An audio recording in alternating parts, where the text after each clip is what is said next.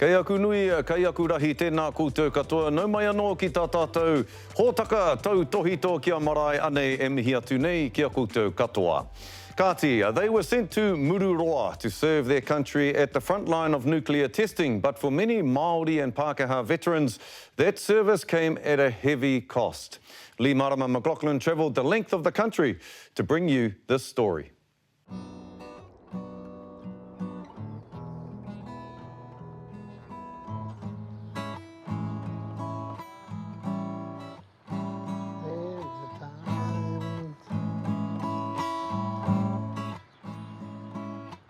Times were hard. I joined the Navy as a baby-faced singer. I'm the youngest out of my whole intake. It was going to be an adventure, something that we wanted to do. So when you look at that relationship with all of those guys, half of them had never seen Māoris before because they came from out of, dare I say, hillbillies land, and that was the deep south. And we can say, because in those days, I hadn't even been past Gisborne. It was the start of a career and brotherhood that would shape John's identity, turning a boy into a sailor. But it would be his deployment to Mururoa Atoll 52 years ago that would leave perhaps the most lasting impact. It was a mention that we're going to go up and watch a nuclear bomb. And of course, there was a general party between us all was, have you seen a bomb? One of those bombs go up? Nah, let's go and have a look, eh? Yeah, oh, it should be bloody flash. But at the same time, nobody knew that there was any danger in this thing. No self-respecting nation with right on its side can meekly acquiesce to the intransigence of others. In 1973, Prime Minister Norman Kirk took a bold stand, sending 2 frigates to Mururoa Atoll to peacefully protest France's nuclear tests. John was on board as part of the radiation team. He remembers the moments after the nuclear blast.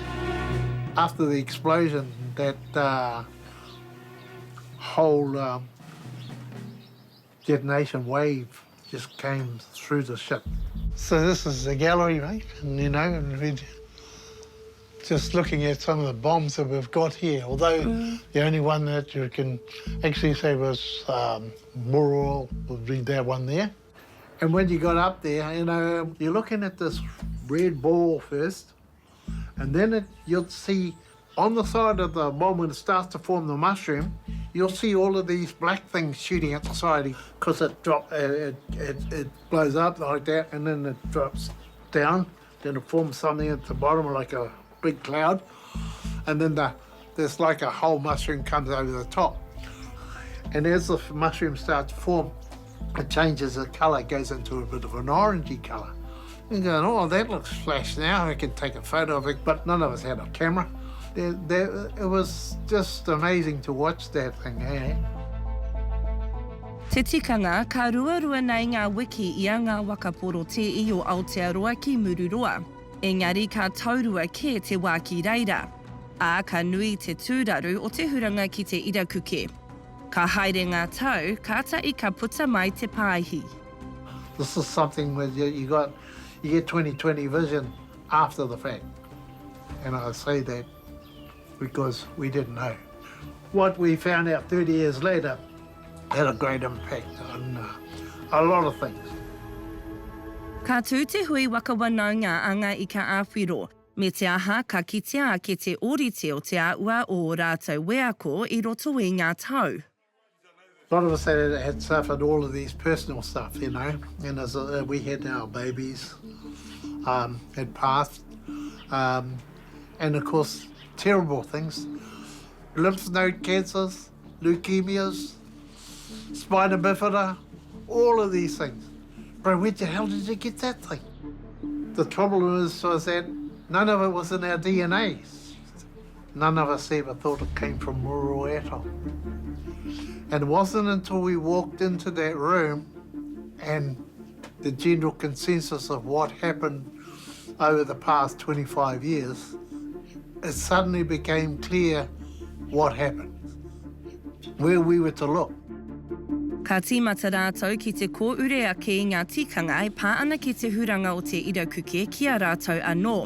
Hei a te puera i te pānga o te mate puku me ētai atu māwiwi ki a rātou me a rātou tamariki. And I said to the doctor, I says, my baby can scratch her skin and a line goes there, water comes out, a hakiaki there. Oh, it's eczema. And he says, oh, have you been in a microwave? I says, oh, don't be stupid, I don't fit in there. And he says, this will be the one that'll do it every time. Have you ever seen a nuclear bomb? I said, yeah. I was at Mururoa. He said, that'll do it. He says, your girl's got solar keratosis. I said, that doesn't sound like eczema. But there were doubts that they had suffered anything. Official reviews had determined that the crews were not exposed to harmful levels of radiation at Mururoa, something many contest to this day. What it looked like, clouds were going over Samoa. All the food that we were getting was coming from Samoa, and yet it was tainted. To us, the greatest killer of us all was the bloody water. People didn't realise that. A warship makes 3 tonnes of water an hour. That's a frigate. 3 tonnes of water an hour, taking the salt out of it. You cannot take the radiation out of it. Oh no, it could have. We had this little thing that was inside the boilers that could take it out of there. Bullshit, never worked.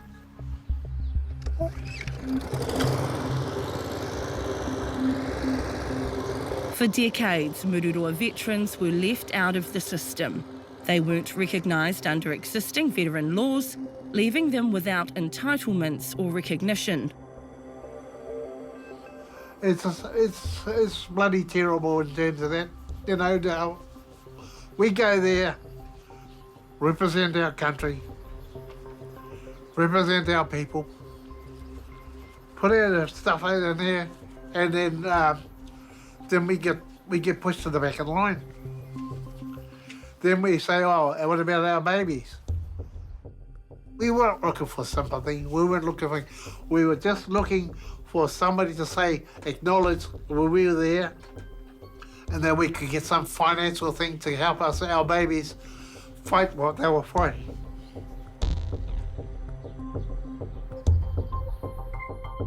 It would be years later when new research would provide a ray of hope.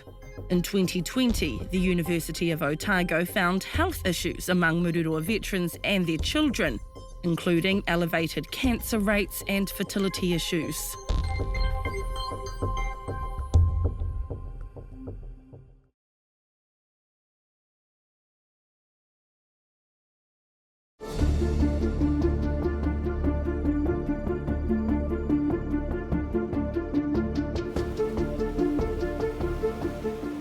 Dad was a pretty stoic guy. All those guys are. But sometimes I would see him looking at Zach and he would have tears in his eyes.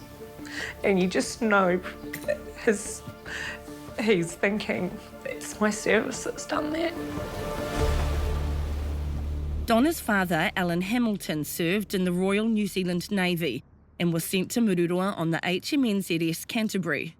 You just forget that he was like this young sailor with all these mates and hopes and dreams. It's gone from, I guess, being something that should be a great sense of pride to being a real, I guess, travesty of service that those men did for their country. So this is part of what was Dad's uniform back when he was a sailor, and I think one of the things I've just really realised is how tiny my dad was. He was tiny. He was really tiny. Ko Donna tētai o ngā kaiarai o ngā tamariki o Mururoa. There seems to be a bit of a pattern where what I would call first generation Mururoa children, we seem to have had a lot of fertility issues, a lot of miscarriages. That's certainly been the case for me. There were a number of children that were born very soon after the men returned, so probably, you know, their wives got pregnant as soon as they got back. A lot of those children were stillborn. They were born with deformities. They were born with cancers. And lots of genetic, I guess you could just call them abnormalities that aren't present anywhere down their family line. So the more we all started talking, the more we were all like, oh, well, actually, this is really strange. And so that was when they really started asking questions. Date scans. He take nui tēnei mōna. I te whānautanga o tana tokorua, he maa o raua momo mate. Yeah, we had Hayley first. So she was, to start with, born 8 weeks prem. And then she has had, over the years, she was having a lot of trouble internally with her stomach and bowels and things like that. But we kind of just, you know, maybe that's just a kid. Kāore I tika ngā karu o tana tama a Zach I tana whānautanga mai. Ka haere te wā, kaore ia I ngoki, I kōrero hoki. So Zach was non-verbal until he was about 5 years old. He used to have a talking device. He had the little ACL splints on his legs. So he was diagnosed with oculomotor apraxia, which is a thing where your eyes are unable to perform a saccade, which is moving left to right. We've paid tens of thousands of dollars to be able to get Zach to talk. He has hypodontia as well, which is missing adult teeth. Again, not something that anybody knows about in our family. So he's also going to need braces, so that's he's got to have 3 teeth out tomorrow. So it's not like my kids were born with 6 fingers and toes and 2 heads like the goldfish off The Simpsons. You know, but it's all these little genetic things that it's like, there's no history of this in our family. In 2021, Donna's father, Alan, died of 2 blood cancers. I had this made for Dad, and I guess this is part of what I go back before. It's got on the bottom, you know, may you have fair winds and following seas, which is what you wish all sailors and they sail, and particularly when they've crossed the bar. But yeah, it just gives me somewhere I can come and feel near him, I guess. Yeah. Alan was fighting for answers even on his deathbed. My dad was the chief mech down in the engine room of the HMNZS Canterbury, and that monitoring equipment didn't fit. So it lay on the floor of the engine room and measured precisely nothing. He wrote an affidavit. At no time did I see any of this testing take place. The evaporator watchkeepers had to blow down the evaporators frequently and scrape out the accumulated salt deposits within. Never did I see any of these deposits tested for contamination. I just fail to see how you could say that they haven't been exposed. There was no bird life. There was no fish. Everything was dead. The fight for recognition of Mururoa veterans has spanned 50 years. Mururoa medals came decades after their deployment, many sent in the post. But in 2024, their children were offered genetic counselling and testing. And that was huge. And we thought, woo, we did it. So I was first out of the ranks to apply for that as a bit of a test case to see how this is going to go. Got to the geneticist. She was lovely, but had no idea about Operation Palasta. Had no idea pretty much what we should be looking at. But she was really open about the fact that, you know, this is it's almost like a relatively new field. And she was quite honest about the fact that it's not her area of expertise and things like that. What do you want from all of this? We would like some support to get this done and get it done properly. Let's get some answers and let's spend this money wisely. We don't want to waste it, you know. And then I guess following on from that, we will need to be supported Not in terms of a payout, nobody's asking for that. But, you know, it might be that, yeah, you need a few more colonoscopies than your next door neighbour, or, yeah, your children need better access to some learning support or optician care. And we'd like it extended actually to the grandchildren. So at the moment it's just for the children, but we would like the testing and counselling extended to the grandchildren. I roto i ngā tautata nei, kua piki ake ngā taunakitanga a te kāwanatanga manga i ka āwhiro me a rātou tamariki. Ka whiua te pātai kia Chris Pink, minita mō ngā take i ka āwhiro, he aha I takaroa ai tana aronga kia rātou. It's appropriate that they've been recognised. I don't know why it took so long. Under previous governments, obviously, the question may have been considered, but I'm really pleased now that that's been the case. For those gentlemen who are still alive today and able to know that their country has recognised their service, respects, admires and is grateful for that is really important to me and this government, and I'm sure all New Zealanders. He says there is a possibility that some sailors were exposed to harmful levels of radiation, but he maintains that the evidence says otherwise. The scientific evidence indicates that it's probably not the case that there are ongoing significant health implications, but of course as a government we're really concerned to ensure that any ill effects in terms of health, even all these years later, are understood. So what we've done is introduce genetic testing as available, voluntarily of course, for subsequent generations, as well of course as the sailors themselves who witnessed those activities back in the day. We've got a system deliberately in place that if it is the case that there are conditions that are or may be associated with those activities that they witnessed and were part of, then they will have the assistance that they need as entitlements under the Veterans Support Act. The Minister says while uptake has been low, the genetic counselling and testing available in Aotearoa is robust and fit for purpose, but says he's open to addressing any concerns. I think over the years there have been quite rightly calls for better honouring, better recognition, better understanding of what those who went to Mururoa, for example, and others went through. I think we've got there now, but it's taken longer than it should have. So I have the opportunity now to say we thank them for their service, we're grateful, and we want to know on an ongoing basis if there are more things we could do in terms of testing, recognition and understanding. He nui ngā maia dona ki te wakatūtuki I te kaupapa. He oi I nā te roa o te wā, kua iti te hua. So there just feels like a real level of disrespect, and it really feels like, won't be long and all those guys would have crossed the bar. You know, they're just going to go away. And I think one of the hardest things that I live with now is that Dad crossed the bar thinking that his service has damaged me and my children. I can't give up this fight because I promised him.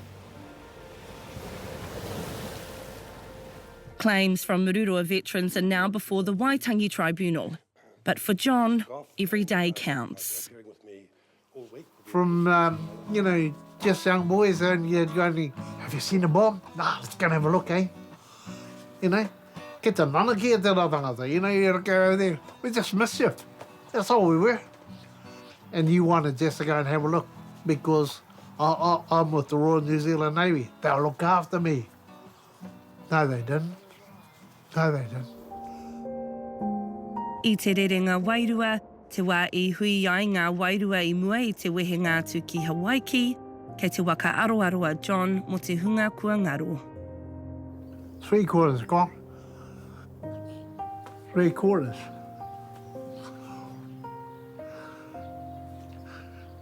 We get it done earlier, we'd have been all right.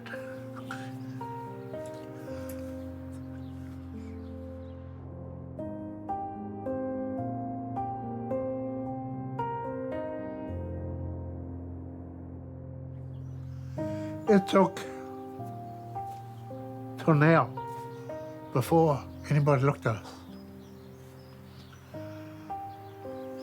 That was sad. But it's not us that we're worried about because we're done and dusted. It's our babies.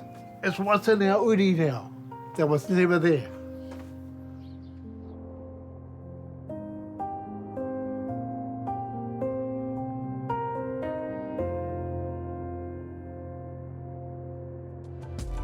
E whai ake nei, the ancient multi-purpose taonga and its incredible modern-day revitalisation. You can have it if you want. Oh, yeah? Yeah, it'll be my gift to you. Thank you.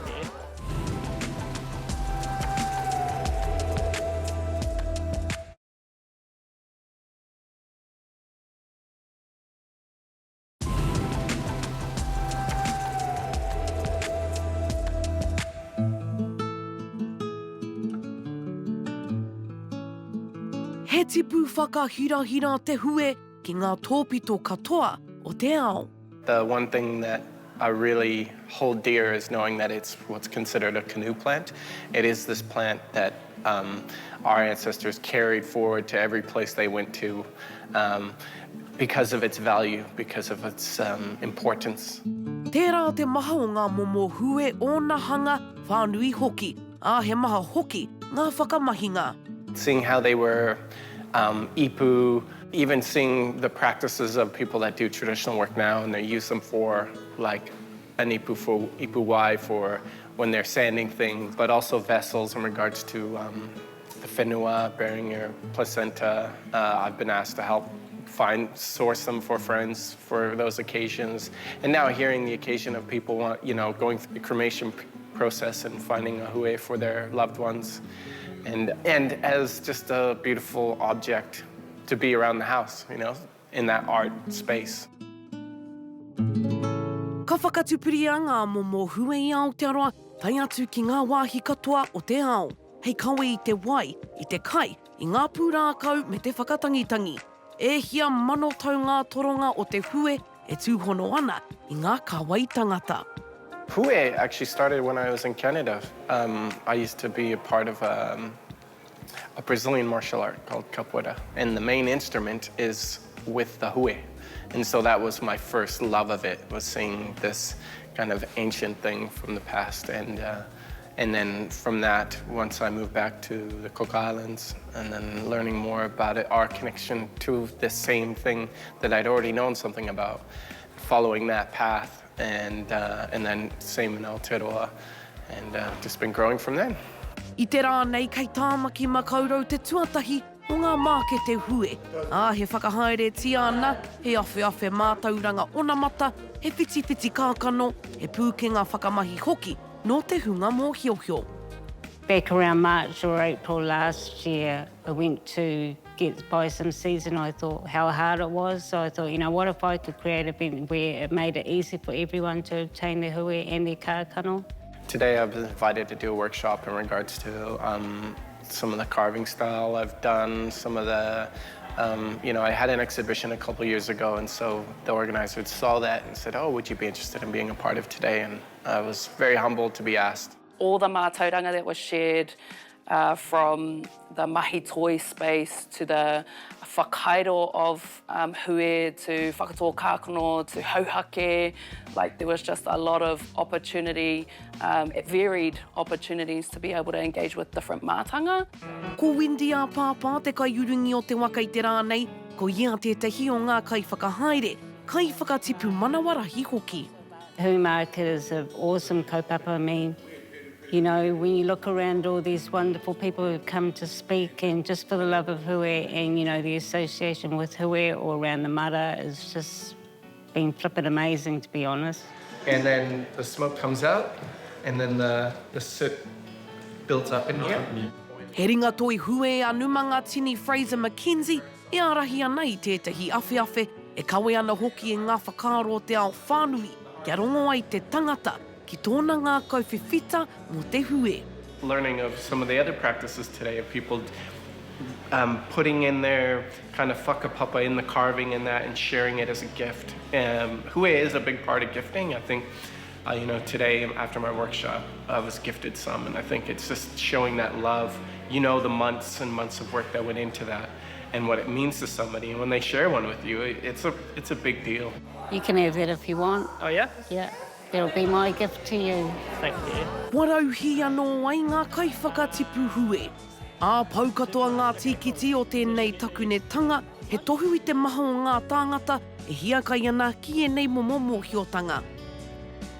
I thought at that time, I could feel a resurgence coming in the hui. So, I felt that, if I got the right people together, then it would be this. But it's been, like I say, flipping awesome. There's been a revitalization around a lot of spaces, and I think hui holds a special place in there with it. People being reconnected to the land, but also to the things of our past, of our ancestors. So I thought, well, why not make it more accessible for everybody, because there wasn't a lot out there that I knew of at that time. One of the parts about my world that I'm really keen to disrupt to a certain degree is to bring to life some of the stories of our atua wahine. Hene pute hue, hene rau katauri, hene rau katamea, mahuika, taranga, all of our atua wahine who kind of probably over time have been silenced by their male counterparts. So hene pute hue naturally came into my world in that space. The other part to my mahi and tākaro is it's not always about the loud, chaotic noisiness of high energy play. It's also about the maurito aspects of play, and so hene pute hue holds space in our ao for that. Honiki pene tito he mara tētahi o rātou e takawhita ana ki ngā tikanga o te hue. We gave it a first go this season to go and plant some kākano in our Marae. I haere pa mama me papa ki a kānata me I kainga ngā ngata I ngā hue me te wā I hoki mai a mama me papa I pauri a mama. Pakaru manua as about that. Ko te mea tino I hira ki au, ko te oro me te ātāhuatanga. To be creative, to imagine opportunities to be able to make taonga tākaro is probably our fave in our whare. So the rara, Kimiora wants to talk to you about the kupenga that they were able to create. I raranga mātou I etahi taura kia hangaia I enei kupenga, katahi I tāpiri etahi whakakai kia mahia te tangi mo te hui. The drive for us as a whānau is to bring our tupuna to life, and if we can do that, having hue as the vehicle, if we can do that through tākaro, through movement, then he pai tērā, because we bring our whakapapa to the fore. Ko te whāinga matua kia mātou haere hia me tana whānau, hei whāngai I etahi atu.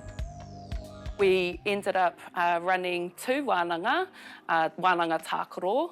The first one was kind of all around the kemu, but the second one we introduced the hue. So the name of it, hei whakamanae tērā whakatauki, was tā te tamariki tāna mahi wawahi taha. And we were able to bring a bunch of hue to this wānanga. We had matua, we had wahine, we had tāne, we had tamariki of all ages, and they sat and engaged in the creation of kupenga to be able to hold our hue. And so, awesome. For some in our wānanga, it was the first time they'd ever seen, felt, or been able to engage with hue. And people really did take them home as taonga. Taonga that connected them past, present and future. If you have a dream, just go for it. Don't sit back on your laurels and think that you can't do it, because you can. There's awesome people out there, and really all these speakers just did it out of the love for who and the love for, what my kaupapa is. And so, that's me. Mā te mōhio ka mārama, mā te mārama ka mātau te tangata ki ngā kōrero o nehe mo te hue. Ka ti hae kare mā, that's Marae for another weekend. Mihi ana ki o koutou katoa ngā manaakitanga. Kia ora tātou, hei kona mai.